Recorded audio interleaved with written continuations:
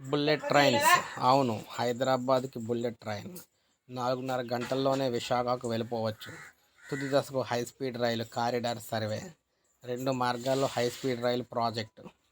High speed రైలు corridor నిర్మాణానికి railway శాఖ చేపట్టిన ప్రాథమిక సర్వే తుది దశకు చేరుకుంది. వచ్చే మార్చి నాటికి preliminary engineering and traffic survey పూర్తి కానుంది. ఫెట్ సర్వేకు రైల్వే శాఖ గత ఏడాది మే నెలలో ఎస్ఎం కన్సల్టెన్సీని ఎంపిక చేసిన విషయం అందరికీ తెలిసిందే.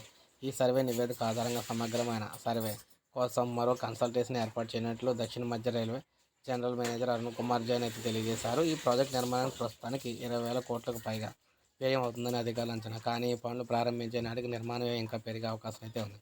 ఫెట్ సర్వేలో భాగంగా ఎంపిక చేసిన రూట్లో ఇంజనీరింగ్ అంశాలపై అధ్యయనం చేశారు. ఎక్కడెక్కడ వంతెనలు, ఇతర నిర్మాణాలు చేపట్టాల్సి ఉందనే దానిపై కూడా క్షేత్రస్థాయి పరిశీలించారు. 2 మార్గాల్లో ప్రస్తుతం రాకపోకలు సాగిస్తున్న ప్రయాణికుల రద్దీని దృష్టిలో ఉంచుకొని భవిష్యత్తులో హైస్పీడ్ రైల్లో ప్రయాణికుల రద్దీ డిమాండ్ ఎలా ఉంటుందనే పై అంశాలు కూడా ఫెట్ సర్వే నివేదికలు అయితే పొందుపరిచారు. దీని ఆధారంగా చేపట్టబోయే డిపిఆర్కు సర్వేకు 6 నుంచి 8 నెలలకు పైగా సమయం పడుతుందని అధికారులు అయితే అంచనా వేస్తున్నారు.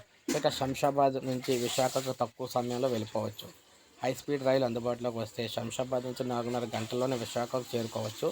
ప్రస్తుతం జంట నగరాల నుంచి రైలులో విశాఖకు వెళ్లేందుకు 12 నుంచి 13 గంటల సమయం పడుతుంది. వందే భారత్ మాత్రం 9 గంటల్లో చేరుకుంటుంది. హైదరాబాద్ నుంచి విశాఖకు నిత్యం 10 రెగ్యులర్ రైళ్లు, మరో 12 వీక్లీ రైళ్లు అందుబాటులో ఉన్నాయి. రోజుకు 25,000 మందికి పైగా రాకపోకలు సాగిస్తూ ఉండగా మరో 30,000 మందికి వీక్లీ ట్రైన్లో రాకపోకలు అయితే సాగిస్తూ ఉన్నారన్నమాట. మొత్తంగా కిలోమీటర్లు చూసుకున్నట్లయితే సుమారు 922 కిలోమీటర్లు. అంచనా వ్యయమేమో 20,000 కోట్లు అనమాట.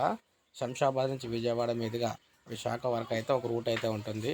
విశాఖ నుంచి విజయవాడ మీదుగా కర్నూలు వరకు మరో రూట్ అయితే ఉంటుందన్నమాట. అంటే అటు ఏపీ ఇటు తెలంగాణ 2 రాష్ట్రాలకు కూడా ఈ రైలు ప్రత్యేకంగా బుల్లెట్ ట్రైన్ టైప్లో హైస్పీడ్ రైలు అయితే తీసుకురాబోతున్నారన్నమాట. సో మొత్తం మీద చూసుకుంటే ఈ విధంగా ఒక సూపర్ న్యూస్ అని చెప్పుకోవచ్చు. ఎవరైతే ఈ ట్రైన్లు కావాలనుకుంటారో వారందరూ కూడా ఒక లైక్ చేయండి. సబ్స్క్రైబ్ చేసుకోకపోతే మన ఛానల్ సబ్స్క్రైబ్ చేసుకొని ఫాలో అవుతుంది.